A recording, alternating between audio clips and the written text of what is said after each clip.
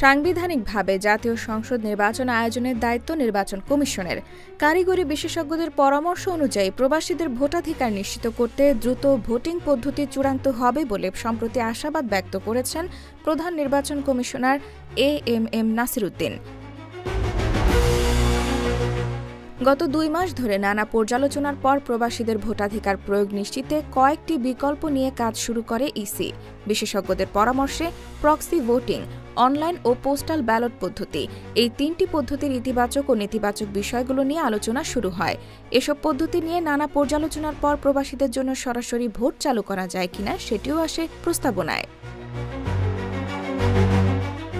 বিশেষজ্ঞ রাজনৈতিক দলসহ অংশীজনদের প্রস্তাবিত ৪ পদ্ধতি নিয়ে পরামর্শ দিতে ১৫ মে পর্যন্ত সময় বেঁধে দিয়েছিল নির্বাচন কমিশন। রাজনৈতিক দল ও সংশ্লিষ্ট পক্ষগুলোর কাছে থেকে নানা পরামর্শ পাওয়া গেছে। ইসির সিনিয়র সচিব আক্তার আহমেদ বলেন, অংশীজনদের মতামত বা পরামর্শ পর্যালোচনা করে চলতি মাসের মধ্যেই প্রবাসীদের জন্য ভোটের পদ্ধতি চূড়ান্ত করার চেষ্টা তাদের রয়েছে।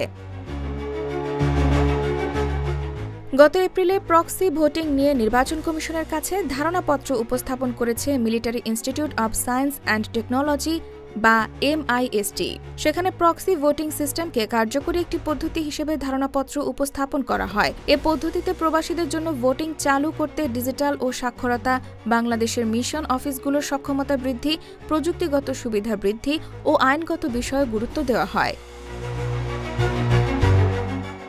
Military institute of science and টেকনোলজির প্রস্তাবনায় এ পদ্ধতিকে অন্য সব পদ্ধতির চেয়ে তুলনামূলক সহজ হিসেবে উপস্থাপন করা হয়।